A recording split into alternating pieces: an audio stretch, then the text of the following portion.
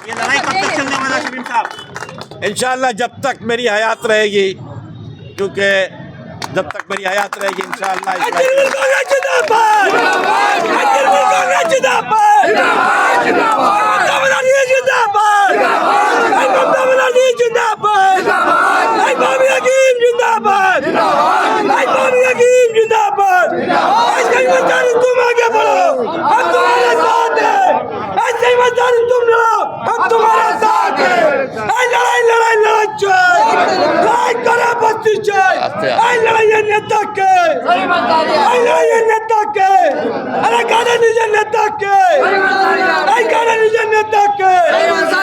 रेसी का मसला लगातार हो रहा है। अब आप लोगों को क्या प्रॉब्लम है? आपकी स्पीच में सुना गया कि कॉन्ट्रैक्चुअल बेसिक पे और जो परमानेंट है उन मजदूरों के साथ भेदभाव किया जा रहा है। ये वही सरकार है जो भेदभाव की बात नहीं करती और सबका साथ सबका विकास कराती है। मैम, मैं ये कहना चाहूँ आपको इस मीडिया के द्वारा कि जीआरएसी आज जो चल रही है वो डिफेंस के लॉ जो है और डिफेंस का जो बैठा हुआ सिस्टम वहाँ पर दिल्ली के अंदर में वही लोग बीजेपी के करता धरता लोग इसे चला रहे हैं। कल तक जीआरएसी को छूट मिलता था, हर एक चीज़ यहाँ के लोगों के लिए था, आज नहीं है। आज ये चीज़ नहीं है, क्योंकि यहाँ पर जिस तरह से जो सिस्टम आ रही है, दिन पर दिन मजदूरों के साथ जो हादसे होते चले जा रहे हैं। क्योंकि आप भी जानते होंगे ना कि एक घर के अंदर में एक रंग होता है, तो एक दिन तो सूखने के लिए छोड़ा जाता है ना भाई। एक दिन तो कि अगर सूख जाएगा दूसरा दिन तब मैं रंग चढ़ाऊंगा।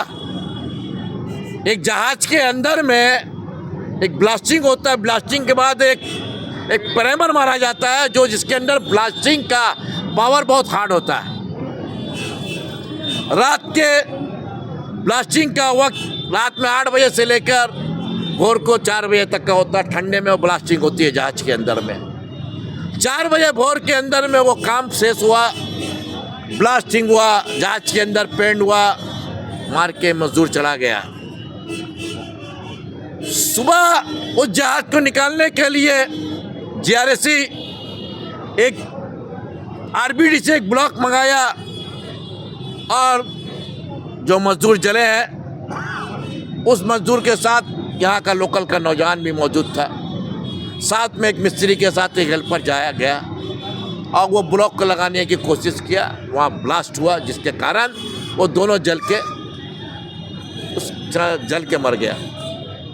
क्या जानते हैं उसके मजदूरों को जलने की रहा, जबकि ड्यूटी आवर्स में मरा।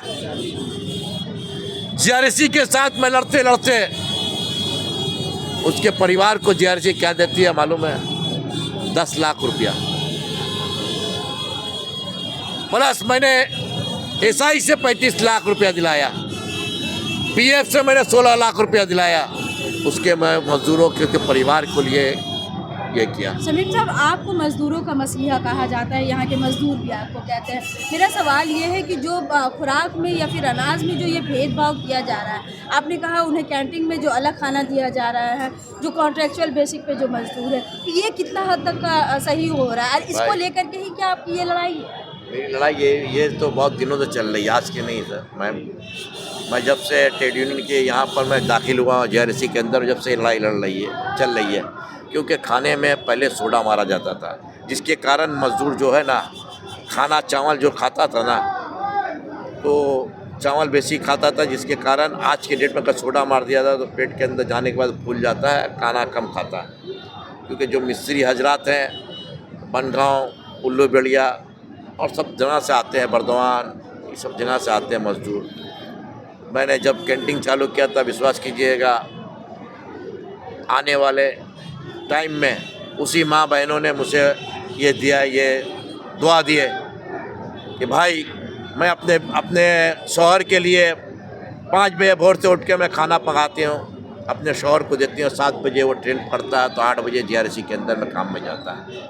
आपका बहुत बहुत शुक्रिया जो ये काम आप कैंटीन चालू कर दिया, जिसके कारण मजदूर मेरा शौहर 9 बजे रात में आता है, तो लेकिन अगर आज 6 बजे आज घर से बाहर जाता है, लेकिन चूल्हा जब वो रात में आता है तो एक साथ बैठ के हम लोग अपना चूल्हा जलाकर अपना खाना पीना खाते हैं। ये तो उन माओं का आशीर्वाद दुआ है, इसके कारण मैं यहाँ था। जीआरएसी में देखा जा रहा है मजदूरों की तादाद कम हो रही है, क्या वजह है? वजह ये है कि ये लोग जितनी भी जहाज़ें, प्रोडक्शन बहुत है जीआरएसी के अंदर में, जहाज़ें बहुत है, लेकिन ये लोग यहाँ के बजाय जहाज़ को आउटसाइडर से काम करवा रहे हैं। जैसे कल तक यहाँ प्लेट यार्ड का काम होता था, ब्लॉक का काम होता था इसी जीआरएसी के अंदर में। मैंने कहा ना, उदाहरण दिया ना कि कल तक मेरा मजदूर 4000 से ऊपर काम करता था, आज 3000 के अंदर में क्यों? वजह क्या है ना, कल यहाँ पर ब्लॉक खुद तैयार होता था, आज ब्लॉक का काम बाहर दे देते हैं इन लोग।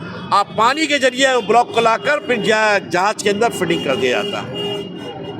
इससे क्या, बाहर से जो ब्लॉकें आ रही है बन के, यहाँ का मजदूर सिर्फ वहाँ खड़ा है और 2 दिन के अंदर में वो ब्लॉक फिटिंग हो जा रहा है, जिसके कारण हमारा मजदूर दिन पर दिन आज कम होता चला जा रहा है। 26 में चुनाव है, ऐसे में प्रधानमंत्री मोदी जी कह रहे हैं कि हम रोजगार देंगे बंगाल में। एक तरफ बाहरी लोगों के साथ काम कर रहे हैं और बंगाल के नौजवानों को बेरोजगार कर रहे हैं, दूसरी तरफ इस तरह की बात। दरअसल बात है, मैं बताना चाहता हूँ मीडिया के माध्यम के कि डिफेंस जैसा फैक्ट्री जो आज के डेट के अंदर में पूरे और इंडिया तो क्या आज विश्व में एक नाम लिया जाता है, उस फैक्ट्री के अंदर में कल तक का उनका 9000 से ऊपर मजदूर काम करता था, आज 1200 मजदूर है। इसी कॉन्ट्रैक्ट बेस के जरिए जहाज़ें दे रहे हैं। जब इस गरीब मजदूरों को नहीं देख रहे हैं, जिनके पेट में रोटी जाना चाहिए सही, उससे पूरा नहीं कर पा रहे हैं, आने वाला वक्त को क्या करेंगे? ये सब झूठी तसल्ली है जो इतने दिनों से वो देते हुए चले आ रहे हैं। मैं ये कहना चाहूँगा इस मीडिया माध्यम के तहत से कि सबसे बड़ी बात यह है कि मुसलमान की एक घनी आबादी के अंदर में इतना बड़ा शिप का कारखाना है, उन लोगों का बस नहीं चल रहा है, उन लोगों का ये ताकत नहीं है कि यहाँ से भी इस शिप को यहाँ से हटा कर ले गया है। क्योंकि एक बात बता दे रहा हूँ, एक मोटी बात, मेरी बात इस मीडिया के जरिए बता दीजिए लोगों को। लोग कहते हैं ना, मैं ऊपर वाले का बहुत बड़ा शुक्रगुजार हूँ कि आज जो जीआरएसी के अंदर में जितनी जहाज़ें बन रही है, यहाँ की जो पानी है ना, नमकीन नहीं है।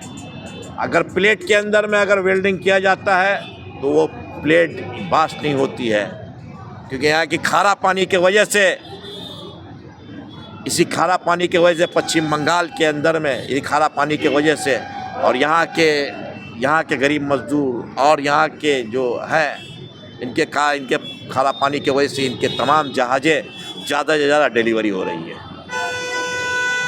अगर इसी तरह से भेदभाव किया जाएगा तो आप लोगों का नेक्स्ट स्टेप आने वाला टाइम मैं बताऊंगा। अभी फ़िलहाल मेरा एक ही लड़ाई है और एक ही आदेश है, तमाम लोगों को अपने मीडिया के जरिए बताना चाहता हूँ, SIR का काम चल रहा है, आप लोग ज़्यादा से ज़्यादा इसके अंदर ही कीजिए, क्योंकि हमारी श्रीमती ममता बनर्जी का भी ये आदेश है, अभिषेक बनर्जी का भी है, और ख़ास तौर पर हमारे मेयर फराद हकीम का भी है कि हर एक शख्स अपने पेपर्स में अपना नाम डाले, क्योंकि नाम रहेगा जब तक श्रीमती ममता बनर्जी रहेगी। इंशाअल्लाह यहाँ पर किसी भी लोग को बाहर नहीं भेजा जाएगा, क्योंकि और सब जगह पर जो डिटेंशन सेंटर किया जा रहा है, यहाँ पर जब तक ममता बनर्जी रहेगी कभी ये तरह का डिटेंशन सेंटर यहाँ ना होगा, ना होने देगी, ना होगा।